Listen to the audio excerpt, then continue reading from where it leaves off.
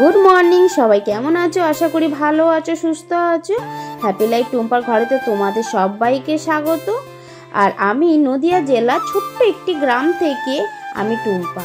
আমার আরও একটি ব্লগ ভিডিওতে তোমাদের সবাইকে জানাই অনেক অনেক ভালোবাসা। তা দূর দূরান্ত থেকে যেখান থেকে আমার ভিডিওগুলি যারা যারা দেখছো তাদেরকে অসংখ্য ধন্যবাদ আর অনেক ভালোবাসা।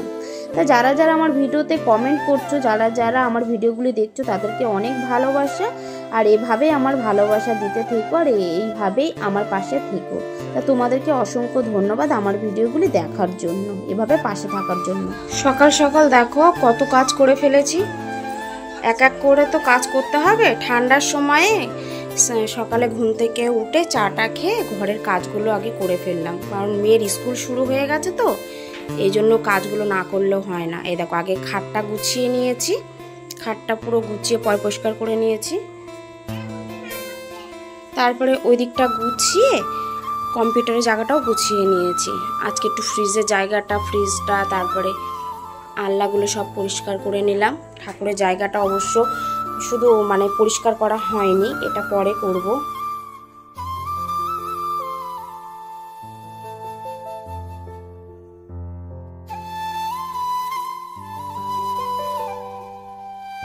এটা উপরে রেখেছি, যেহেতু ঘরটা মুছেছি বলে উপরে রেখে দিয়েছি। ঘরটা শুকিয়ে গেছে, কিন্তু এখানে পাপোশগুলি রাখবো, পরে রাখবো। এই যে পুরো কমপ্লিট একদম ঘর পরিষ্কার করা।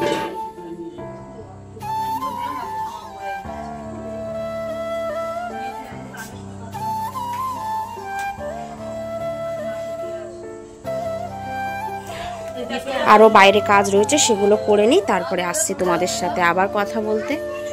মা খাওয়ারটা বসিয়ে দিয়েছে। বেগুন সিদ্ধ দেবা? বেগুন আলু সিদ্ধ দেবে, মা ওগুলো কাটছে। আর ফেনা ফেনা ভাত, সকালের এটাই হচ্ছে আমাদের আজকের খাবার।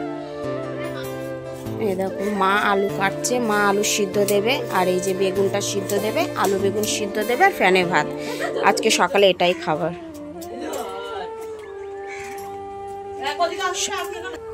মেয়ে স্কুলে যাবে তো তাই জন্য গরম গরম ভাত করছে মা, কারণ ওকে খাইয়ে যেহেতু পাঠাতে হবে, অন্য কিছু তো খাওয়ানো যাবে না, যেহেতু শরীর খারাপ থেকে সবে উঠলো, এই জন্য হালকা পাতলা জিনিসই দেব।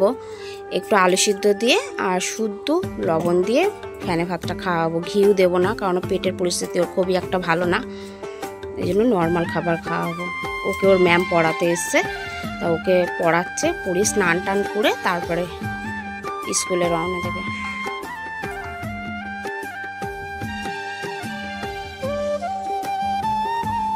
দেখো কত জামা কাপড়, শীতে কত জামা কাপড় হয়। আর এই যে সার্ফও নিয়ে নিয়েছি, বড় একটা গামলা নিয়ে নিয়েছি, বড় গামলা নিয়ে নিয়েছি। আগে সার্ফটা দিয়ে নিয়েছি, তারপরে জামা কাপড়গুলো এক এক করে ছোট থেকে বড়গুলো ভিজাবো। আগে ছোটগুলো যদি ভিজিয়ে নিই তাহলে একটু সুবিধা হবে, আর বড় গামলাতে ভেজাতে জামা কাপড়গুলো বেশ ভালোই লাগে।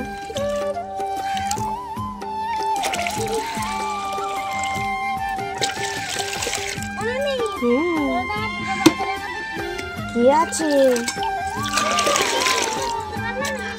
হ্যাঁ,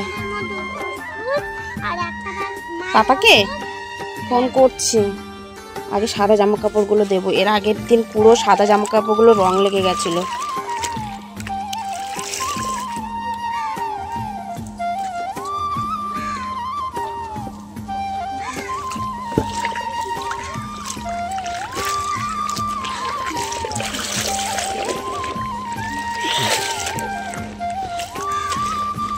সাদাগুলি যদি আগে দিয়ে নিই তাহলে রঙিন জামা কাপড়গুলো দিলে অতটা রং লাগবে না। সাদা জিনিস একটু সাদা সাদা না থাকলে ভালো লাগে না।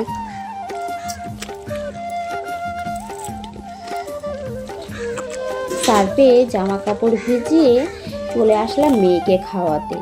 মেয়ে যাবে স্কুলে, গরম গরম ভাত করে দিয়েছে মা, তাই ভাবলাম চলো খাইয়ে দিই। এদিকে মেয়ে কিন্তু একদম খেতে চাইছিল না ভাত। তা দেখো ওর ওই খাওয়ার জন্য আমার কোথায় কোথায় ঘুরতে হচ্ছে। আবার বলছে অল্প করে দাও, দুগাল খাবো, নচেত খাবো না। তোমাদেরকে যদি পুরো কথাটা শোনাতে পারতাম তাহলে বিশ্বাস করতে, কিন্তু কি বলতো এত চিৎকার হচ্ছে, পাশের বাড়িতে গান হচ্ছে, এই জন্য তোমাদেরকে পুরো শোনাতে পারলাম না কথাটা, নতুন করে কিন্তু আবার ভয়েস দিতে হলো। তো ও কিন্তু খাওয়ার জন্য কত জায়গায় ঘুরে ঘুরে বেড়াচ্ছে, দেখেছো তো? এর আগের দিন যে পেঁপেটা নিয়ে এসেছিল কি সুন্দর দেখতে লাগছে, পুরো পাকা পেঁপে, একদম লাল, কি মিষ্টি খেতে, জানো তো। আর এখন সবজি কাটতে বসবো, স্নান করে আসলাম, স্নান করে পুজো দিয়ে আসলাম, এবার একটু সবজি কাটতে বসবো। মা ভাত বেড়েছে আমার জন্য, আমি আর মা ভাত খেয়ে নেব। দেখো আজকে বেগুন ভাজা, ভাত আর মাছের তরকারি। মাছের তরকারিটা পরে নেব, যেহেতু মা আগে বেগুন ভাজাতে খেয়ে নিই, তারপরে ফুলকপি দিয়ে ঢালা মাছ সেটা পরে খাবো, আর তোমাদেরকে পরে দেখাচ্ছি। আগে এটাতে খেয়ে নিই তারপরে। এই দেখো ঢালা মাছ দিয়ে আলু দিয়ে ফুলকপি দিয়ে ঝোল। আজকে ঢালা মাছ নিয়েছিলাম, মা নিয়েছে অবশ্য মাছ। আর ঢালা মাছ দিয়ে ফুলকপি দিয়ে কিন্তু দারুণ লাগে খেতে, তাই না? চলো খেয়ে নিই আগে, গরম গরম তো ভালোই লাগছে দেখে, খেতে তো কতটাই ভালো লাগবে। সন্ধে দিতে চলে এসেছি, তা ভাবলাম সন্ধেটা অনেক দিন দেওয়া হয়নি, তা মাকে বললাম মা আজকে আমি সন্ধেটা দিই। আস্তে আস্তে তো সন্ধে, পুজো, কাজকর্ম সবই তো করতে হবে, তাই না? দেখতে দেখতে অনেকটা দিনই চলে গেল। তা আমি যদি এসব কাজ না করি শরীরটা কিন্তু আরও বেশি খারাপ হতে থাকবে আর কুঁড়ে হতে থাকবো। আমি কাজ করতে ভালোবাসি, কিন্তু এতদিন বসে থাকার পরে না শরীরটা কেমন হয়ে গেছে। সন্ধেটা দেবার পরে চলে আসলাম চা নিয়ে, কারণ চাটা খাওয়ার পরে মেয়েকে একটু বই নিয়ে বসাবো। আর জানো তো সন্ধেবেলা মেয়ে বই নিয়ে বসতে গেলে কত রকম বাহানা করে, বলে যে মা আমি এখন বই নিয়ে বসবো না, পরে বসবো। আসলে বাচ্চারা করলে মানায়, ও কিন্তু কত বড় হয়ে গেছে, তারপরেও কিন্তু সে দুষ্টুমিগুলো আছে।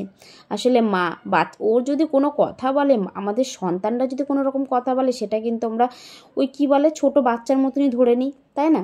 তা দেখো ও কিন্তু চা দিয়েছি, বললো মা বিস্কুট খাবো, তাই ওকে বিস্কুট নিয়ে এসে দিলাম। তা আজকের ভিডিওটা এখানে শেষ করছি। সবাই ভালো থেকো, সুস্থ থেকো, গুড নাইট, টাটা।